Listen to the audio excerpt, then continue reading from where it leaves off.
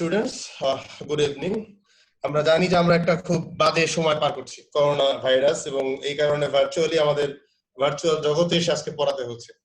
তো এটা আমি স্বীকার করছি যে আমাদের এই প্রক্রিয়ার মাধ্যমে হয়তো আমরা পুরোপুরি তোমাদের যেটুকু আমরা দিতে যাচ্ছি হয়তো সেটুকু পারবো না, বাট আমরা চেষ্টা চালিয়ে যাব এবং চেষ্টা করবো যাতে কিছুটা হলেও তোমাদের উপকার হয়। তো আজকে আমাদের আলোচনার প্রাইম বিষয় হচ্ছে রাইট ফ্রম আ ভার্বস। তবে রাইট ফ্রম আ ভার্বস এর বিষয়টা, এই টপিকটা বুঝতে গেলে আমাদের যে বিষয়গুলো রয়েছে তার সাথে কিন্তু টেন্স কানেক্টেড, তার সাথে ভয়েস চেঞ্জ কানেক্টেড। আমরা জানি যে ট্রান্সফরমেশন অফ সেন্টেন্স যখন পড়বো, ট্রান্সফরমেশন অফ সেন্টেন্স পড়ার সময় কিন্তু আমাদের অবশ্যই ভয়েস চেঞ্জ করে নিতে হবে বা সেই সময় আমাদের থাকবে। তবে যেহেতু রাইট ফ্রম আ ভার্বস পড়ছি, তাহলে তার সাথে আমাদের কিছুটা ভয়েস চেঞ্জের বেসিক্স আইডিয়াস, এবং আমরা জানি অনেকেই টেন্সে জানি, আবার অনেক স্টুডেন্ট আছে যারা এই লেকচারটা পরে শুনবে বা হয়তো শুনছে, তাদের অনেকে হয়তো টেন্সের ব্যাপারগুলো পুরোপুরি ক্লিয়ার না। যেহেতু টেন্সের বিষয়টা এই রাইট ফর্মের সাথে একেবারেই কানেক্টেড, দেখা যায় রাইট ফর্মের কিছু নিয়মকানুন বলতে গেলে আমাদের এই টেন্সের ব্যাপারে কিছু মিসকনসেপশন থাকার ফলে বা কিছু পোল বা কিছু ল্যাকিংস থাকার ফলে স্টুডেন্টরা বুঝতে পারে না। তার ফলে আমরা এর সাথে টেন্সটা দিয়ে শুরু করব, তার সাথে আমরা ভার্বের কিছু টাইপস, ভয়েস চেঞ্জ, এই সব কিছু মিলে আমাদের আজকে আলোচনাটা শুরু করব।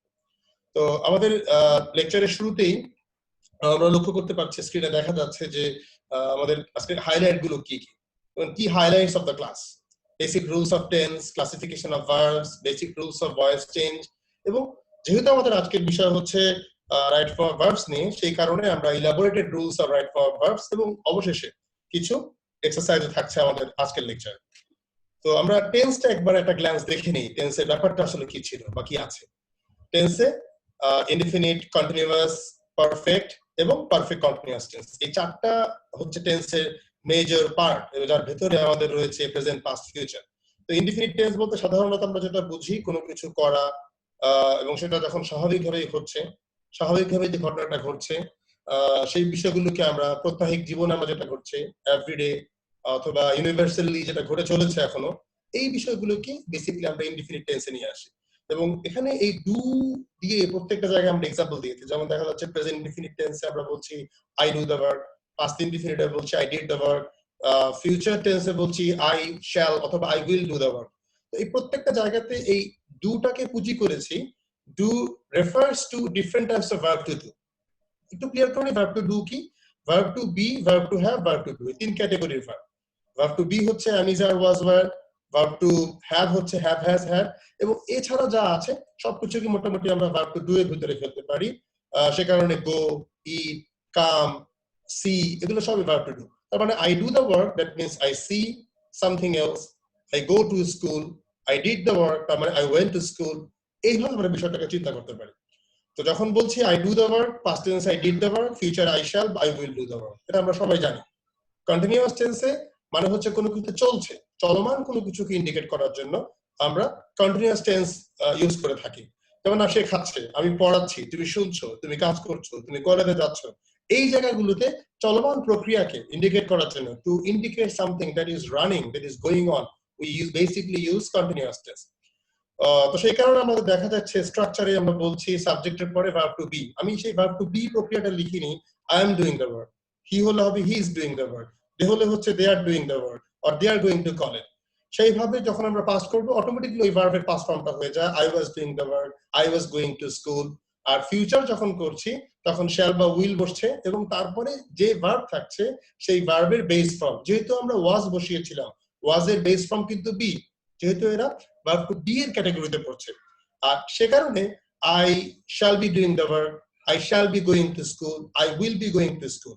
তাহলে আমরা ইনডিফিনিট জানলাম, প্রত্যাহিক জীবনে যেটা ঘটছে, জেনারেলি যেটা ঘটে, অফেন অথবা ফ্রিকুয়েন্টলি যেটা ঘটে, সেটা ইনডিফিনিট টেন্স, এবং সেখানে সাবজেক্ট ভার্বটা বেস ফর্মে বসে, অবশ্যই পার্সন অনুযায়ী তার একটা চেঞ্জ থাকে। আর কন্টিনিউয়াস টেন্সে আমরা সাবজেক্টের পরেই যেটা ভার্ব টু বি, যেটা তার সাথে সুটেবল, দে হলে আর, হি হলে ইজ, এটা বসিয়ে আমরা ভার্বের সাথে আইএনজি করি। আর এবার আসলে আমরা পারফেক্ট টেন্স। পারফেক্ট টেন্সে আমাদের এই স্লাইডে তোমরা লক্ষ্য করবে যে সেখানে আমরা সাবজেক্টের পরে ভার্ব টু হ্যাভ এর সেই হ্যাভ বসিয়েছি। যদি I have done the verb, আমি কাজটা করেছি, সাম্প্রতিক সময় কোনো কিছু হয়ে যাওয়া, সাম্প্রতিক সময় কোনো কিছু ঘটে যাওয়া, এরকম কোনো কিছুকে যখন আমরা ইন্ডিকেট করছি, সেক্ষেত্রে আমরা পারফেক্ট টেন্স ইউজ করছি। যেমন বলছি I have done the work, he has done the work, they have finished the job, I have taken my class, you have done your class. তো এই প্রত্যেকটা জায়গাতে কিন্তু আমরা হ্যাভ বা হ্যাজ এর সাহায্য নিচ্ছি। আর যখনই এখানে একটু ভুল আছে, আমি সরি ঠিক করে দিচ্ছি। পাস্ট টেন্সে আমাদের এই জায়গাতে বলা আছে আই শ্যাল বা will have done the work, ভুলে এটা হবে I had done the work. ঠিক করে নিচ্ছি আমি, আই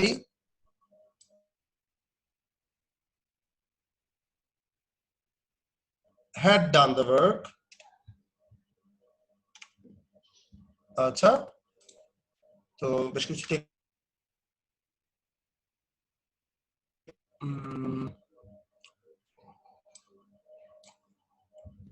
ওকে,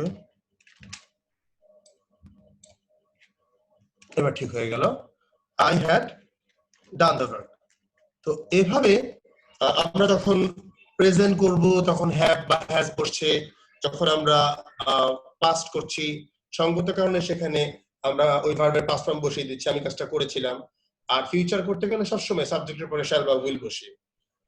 তাহলে সাম্প্রতিক সময়ে কোনো কিছু হওয়া বোঝালে আমরা সেখানে প্রেজেন্ট পারফেক্ট টেন্স বসাই, যেখানে সিস্টেম হচ্ছে হ্যাভ বা হ্যাজ বসিয়ে ভার্বের থার্ড ফর্ম। এবার একটু পারফেক্ট কন্টিনিউয়াস টেন্সে আসি। তার আগে আমি কন্টিনিউয়াস এবং পারফেক্ট কন্টিনিউয়াস টেন্স এই দুটো টেন্সের সাথে যে একটা লিংক আপ সেটা করে দিচ্ছি। কন্টিনিউয়াস মানেই যে কাজটি চলছে, অর্থাৎ চলমান কোনো কিছুকে যখন আমরা ইন্ডিকেট করছি সেটি হচ্ছে কন্টিনিউয়াস টেন্স।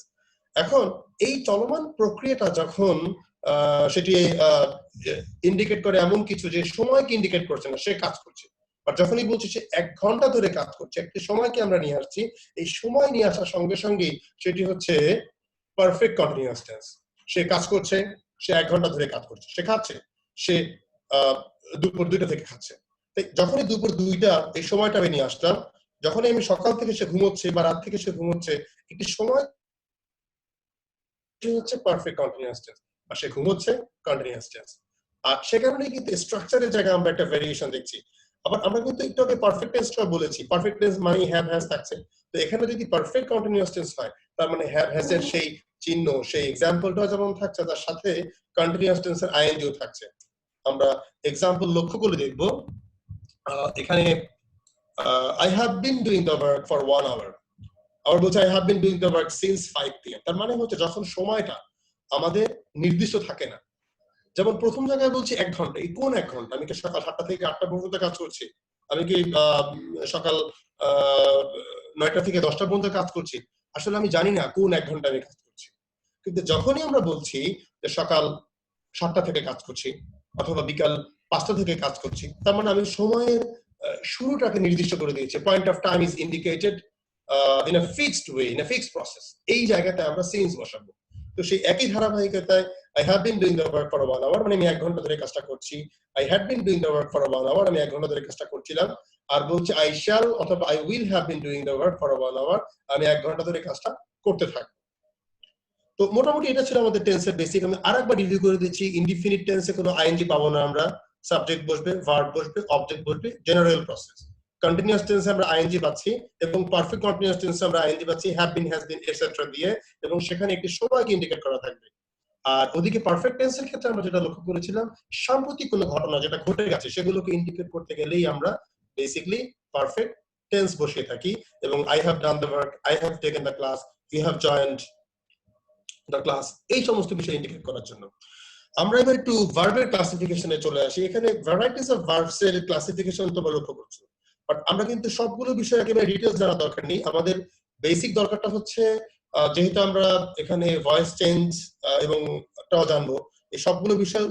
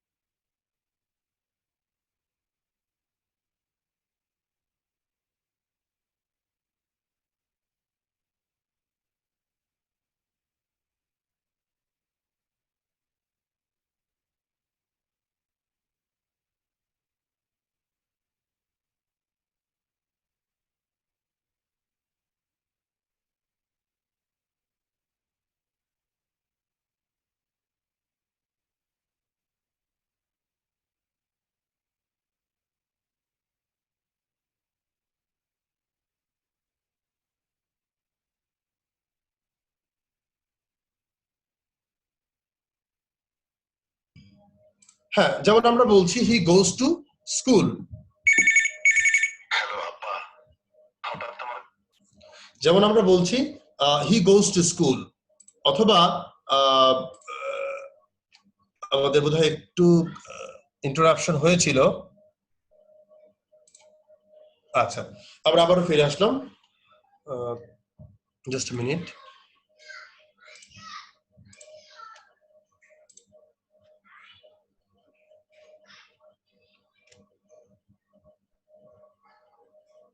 ভার্ব হচ্ছে সাবজেক্ট অনুযায়ী, সাবজেক্টের নাম্বার পার্সন অনুযায়ী যে ভার্বের পরিবর্তন হয়।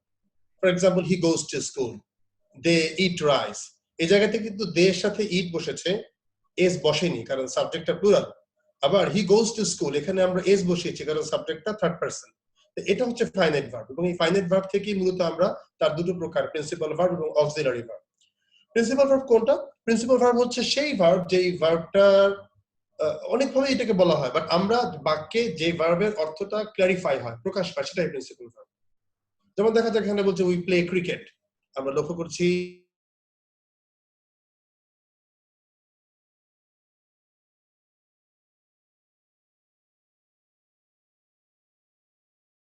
Principal verb. বাট তার পরের এক্সাম্পলে অক্সিলারি ভার্ব কোনটা? I am reading a novel, আমি একটা উপন্যাস পড়ছি। আমরা সঙ্গত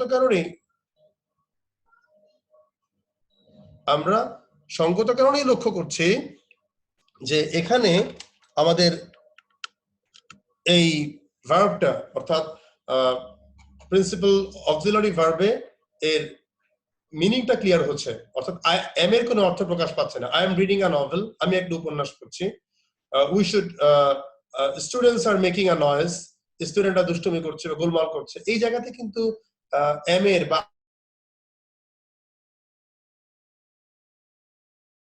এম এবং আর এসেছে মূলত এই বাক্যটাকে, এই সেন্টেন্সটাকে কন্টিনিউয়াস টেন্সে রূপান্তর করার জন্য। এবং সেক্ষেত্রে এবারে দেখা যাক আমাদের এই যে প্রিন্সিপাল ভার্ব, সেই প্রিন্সিপাল ভার্বকে আমরা কয়েকটা ক্যাটাগরিতে ভাগ করতে পারি। যেমন transitive verb, intransitive verb. Transitive ভার্বটা কি? ট্রানজিটিভ ভার্বটা হচ্ছে সেই ভার্ব যেই ভার্বে বেসিক্যালি একটা অবজেক্ট থাকে। অবজেক্ট থাকলেই আমরা সেটাকে ট্রানজিটিভ ভার্ব বলবো। প্রশ্ন হতে পারে অবজেক্ট থাকে, অবজেক্ট কি? What is object? বাক্যে কি বা কাকে দ্বারা প্রশ্ন করলে আমরা যে উত্তর পাই সেটি হচ্ছে অবজেক্ট। সো রহিম প্লেস ফুটবল, কি খেলে? What does he play? Football. তার মানে এটা হচ্ছে object. He eats rice but he slips, এখানে কিন্তু কোনো অবজেক্ট নেই। সে ঘুমায়, সে কি ঘুমায় সেরকম কোনো প্রশ্ন করা যাচ্ছে না। ডেফিনেটলি সেটি হচ্ছে intransitive verb.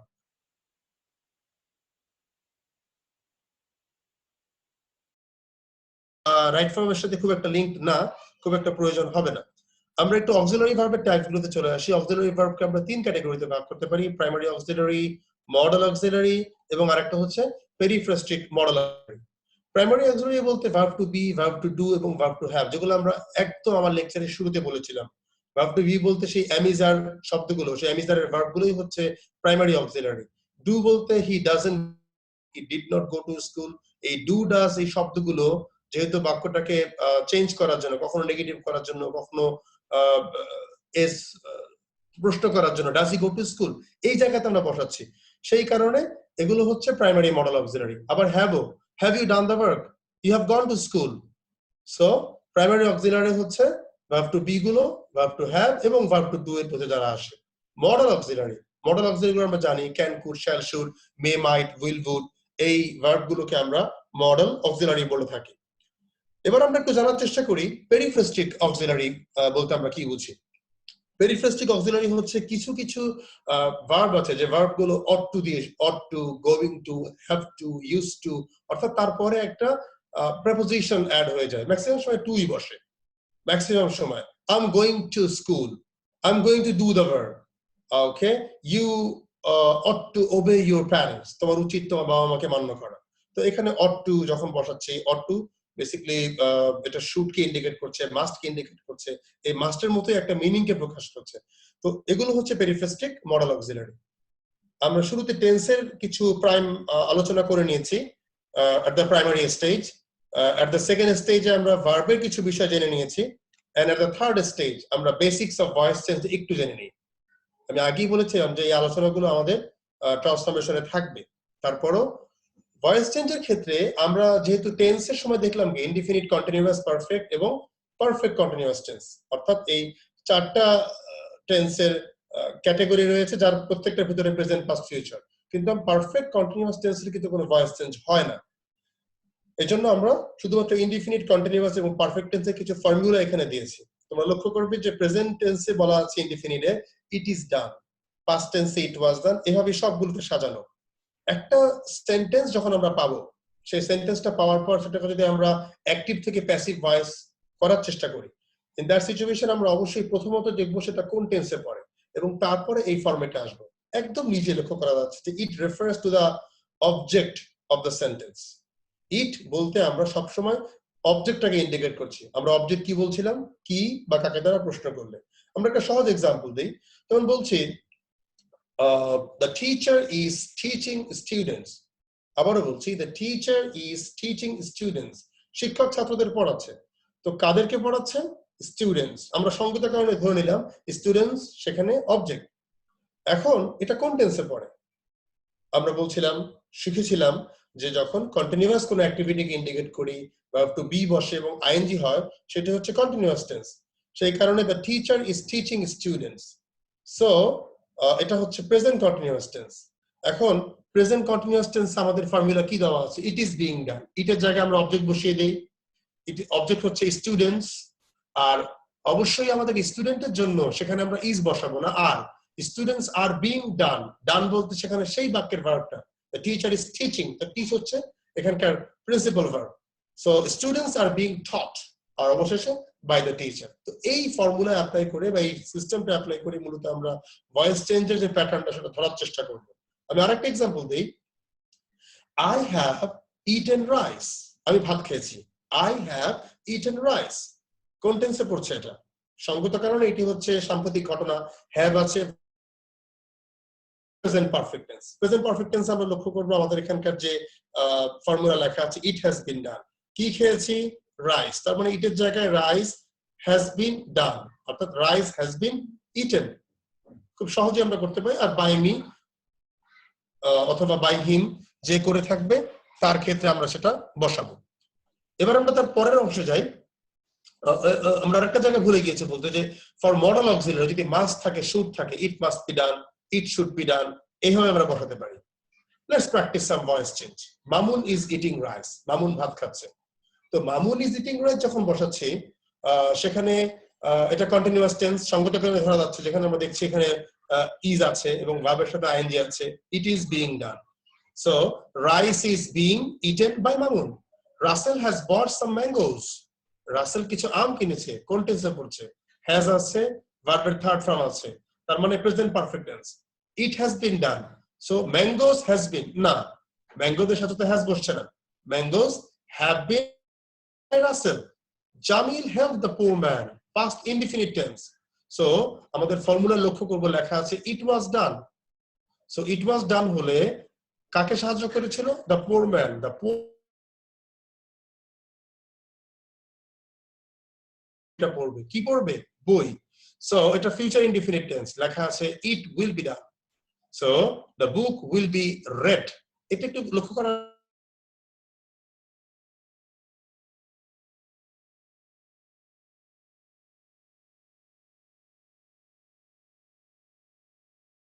The book will be read by Robi. You must complete the task.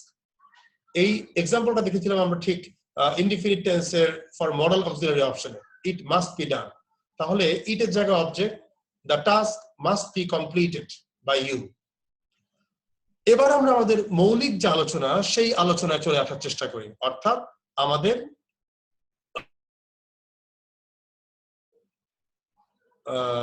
Right form of ভার্বসের যে মৌলিক নিয়মকানুন গুলো ছিল সেখানে চলে আসি।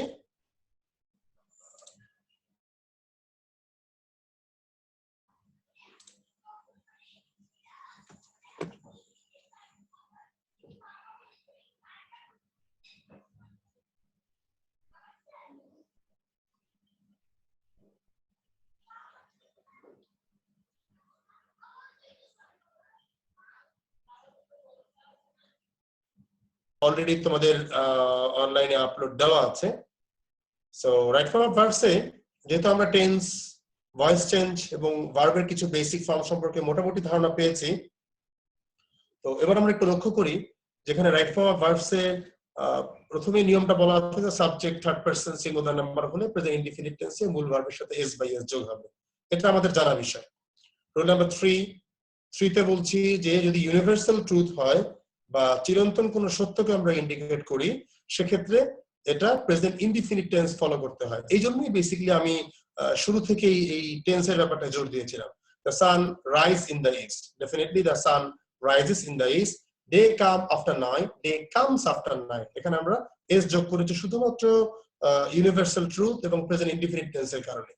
রুল নাম্বার 3 তেও বলছে যে ব্র্যাকেটের ভার্বটা ভার্ব টু বি যদি হয়, তাহলে নাম্বার অফ পার্সন অনুযায়ী সেই ভার্ব টু বিটাকে আমরা চেঞ্জ করে নিব আমাদের অবস্থা অনুযায়ী। যেমন এখানে বলা আছে রুল 3 তে আমরা সি নাম্বার দিয়ে শুরু করি, students be in great trouble. তো students are in great trouble, students অবশ্যই প্লুরাল শব্দ, এই প্লুরাল শব্দের সাথে আমরা ভার্বটাকে প্লুরাল করব। Water be life, water is life, water singular এবং ওয়াটার ম্যাটেরিয়াল নাউন।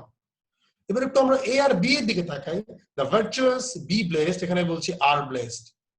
আবার বলছি the rich be not always happy, the rich are not always happy. যখনই এমন কোন অ্যাডজেক্টিভ আসে যে অ্যাডজেক্টিভ দ্বারা আমরা সেই জাতিটাকে বোঝানো হয়, the good are present, the bad are absent, the poor are suffering, the rich are enjoying. প্রত্যেকটা জায়গায় কিন্তু গুড, ব্যাড, পোর, রিচ এই শব্দগুলোকে বলতে গিয়ে আমি প্রায়শই সেই গরিবের জাত, যারা রিচ তাদের জাত, তাদের গোত্র, তাদের গ্রুপ, যারা পুণ্যবান তাদের গ্রুপ, এই গ্রুপটাকে ইন্ডিকেট করেছে। সে কারণে কিন্তু আমরা এখানে সেটা প্লুরাল রেখেছি। রুল নাম্বার 4 এ বলা হচ্ছে যে কিছু শব্দ আছে, কিছু ভার্ব আছে, পরপর দুটো ভার্ব আসলো, কিন্তু there are some verbs যে after those verbs if there is another verb that is used, that is to be in the ing based form. For example, এখানে দেখছি I heard him to say this, তার মানে I heard him saying this। এখানে একটা list দেওয়া আছে, finish, share, stop, start, watch। মোটামুটি এই ভার্বগুলো যখনই থাকে আমরা তখনই তার পরের ভার্বটা আইএনজি করে ফেলি। যেমন পরীক্ষার হলে একটা বেদনাদায়ক শব্দ রয়েছে স্টপ রাইটিং স্টুডেন্টদের জন্য, তো সেখানে স্টপ রাইটিং, স্টার্ট রাইটিং, এখানে আমরা কিন্তু সেই ভার্বগুলোর পরে আইএনজি বসিয়ে দিচ্ছি।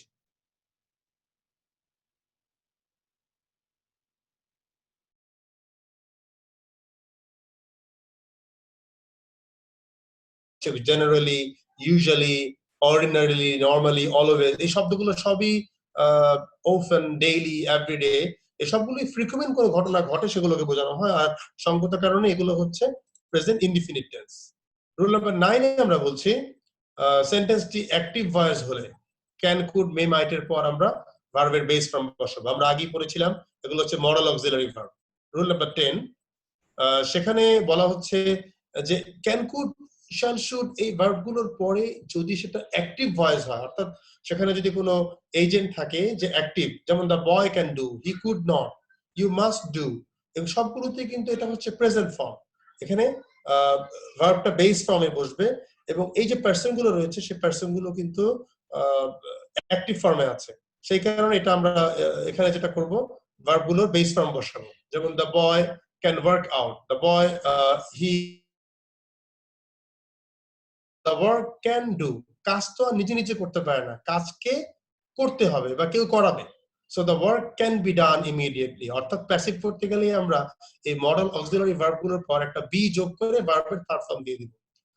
রুল নাম্বার 11 এ আমরা দেখছি কিছু শব্দ দেওয়া আছে বা কিছু ফ্রেজও আছে এখানে, না ম্যাক্সিমাম ফ্রেজ, যেমন as well as, with একটি শব্দ, accompanied with, accompanied by হবে, এটা কিছুটা ভুল রয়ে গেছে এখানে, along with, together with, in addition to, এই শব্দগুলো যখন আমাদের একটা সাবজেক্টের পরে আসে, যেমন এখানে আমাদের এক্সাম্পল বলছে যে beacon as well as Shakespeare, এখন ইজ ডেড অথবা ওয়াজ ডেড, আমরা দুটো পার্সন এখানে যোগ হওয়ার ফলে মনেই হতে পারে আর ডেড বা ওয়ার ডেড দিয়ে দিই, বাট আর ডেড বা ওয়ার ডেড এখানে দেখাবেন এই কারণে